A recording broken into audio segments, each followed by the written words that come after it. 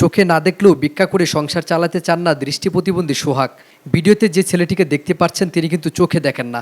তার নাম হচ্ছে সোহাগ। তিনি গাজীপুরের চন্দ্রা এলাকায় কিন্তু একটি ফ্লাইওভারের নিচে এভাবে ছোট্ট একটি দোকান নিয়ে স্বামী স্ত্রী দুজন দোকানদারি করে কিন্তু তার জীবিকা নির্বাহ করছে। তাকে যখন এই বিষয়টি নিয়ে প্রশ্ন করা হয় যে তুমি দৃষ্টি প্রতিবন্ধী, যেখানে সমাজে অসংখ্য দৃষ্টি প্রতিবন্ধী মানুষজন কিন্তু ভিক্ষাবৃত্তি করছে, কিন্তু তুমি কেন করছো না? তখন সে বলে যে আমি মানুষের কাছে এভাবে হাত পাতে কখনোই নিজের এক বেলা এক মুঠো খাবার খেতে চাই না। আমি চাই আমি পরিশ্রমের মাধ্যমে টাকা উপার্জন করে যার যত টাকা আয় হবে, যদি একবেলা খেতে পারি খাবো, না হলে না খেয়ে থাকবো, কিন্তু মানুষের কাছে হাত পেতে আমি ছোটো হতে চাই না। যেখানে চা, সিগারেট এবং চা বিস্কিট সহ অন্যান্য যে চায়ের দোকানে যে জিনিসপত্রগুলো আছে সেগুলো পাওয়া যাচ্ছে। এবং সোহাগের একটি প্রধান কৌশল হচ্ছে, সোহাগ দৃষ্টি প্রতিবন্ধী হওয়া সত্ত্বেও কিন্তু তিনি অবলীলায় কিন্তু টাকা সহ তার দোকানের বেচাকেনা তিনি কিন্তু নিজের হাতে করতে পারছেন। অনেকে হয়তো বলতে পারেন যে দৃষ্টি প্রতিবন্ধী একজন লোক কীভাবে তিনি বেচাকেনা করছেন। আশ্চর্যের যে বিষয়টি হলো যে সোহাগ দৃষ্টি প্রতিবন্ধী হওয়া সত্ত্বেও তিনি কিন্তু গন্ধ শুকে টাকার পরিমাণ বলে দিতে পারেন। মানে একজন ক্রেতা যত টাকায় দেখুন না কেন তিনি গন্ধ শুকে বলে দিতে পারেন এটি কয় টাকার নোট। এছাড়াও তার দোকানে যে পণ্যগুলো রয়েছে, যেমন উল্লেখযোগ্যভাবে কিন্তু বিভিন্ন ধরনের কিন্তু সিগারেট রয়েছে। যেহেতু চা পানের দোকান, সেখানে কিন্তু সিগারেটটা একটু বেশি চলে।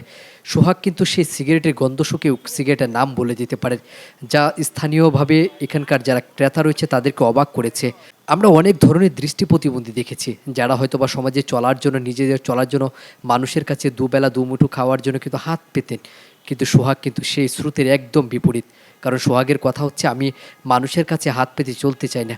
মহান সৃষ্টিকর্তা আমাকে যতটুকু সামর্থ্য দিয়েছে এবং যতটুকু চলার মতো তিনি যতদিন যতটুকু করবে আমি তা দিয়ে চলবো। প্রয়োজনে একবেলা খাবো, অন্তত না খেয়ে থাকবো, কিন্তু তারপরও কারো কাছে হাত পেতে চলবো না। সোহাগের মতো এমন ছেলে পাওয়া কিন্তু খুবই কঠিন, যে নিজেকে পরিশ্রমের মধ্য দিয়ে কিন্তু বাঁচিয়ে রাখতে চায়। কারণ যেখানে সমাজে এখন সুস্থ সবল মানুষজন ভিক্ষাবৃত্তি করে কিন্তু তার সংসার চালাচ্ছে, কিন্তু সোহাগ কিন্তু এই ধরনের কোনো কিছুর সাথেই নিজেকে কখনো জড়াননি। সোহাগ এই চায়ের দোকানটি একটি ফ্লাইওভারের নিচে যেহেতু করে, সেখানে কিন্তু অনেক ধরনের বাধা বিপত্তি রয়েছে, কিন্তু তারপরে সকল বাধাকে জয় করে তিনি কিন্তু এভাবেই কিন্তু তার স্ত্রীকে নিয়ে কিন্তু এভাবে দোকানদারি করে যাচ্ছেন। তার স্ত্রীর পান এবং চা বানিয়ে দিচ্ছে ক্রেতাদের, এবং সোহাগ কিন্তু টাকা এবং সিগারেট বিক্রি করছেন, যা সত্যি আমাকে মুগ্ধ করেছে।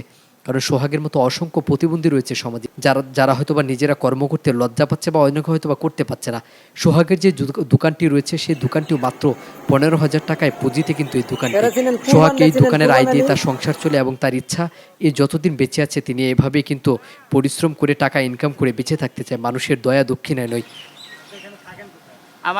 আমার বাড়ি হইলো হরতগীতলা 5 নং ওয়ার্ড, গ্রামের নাম হরতগীতলা।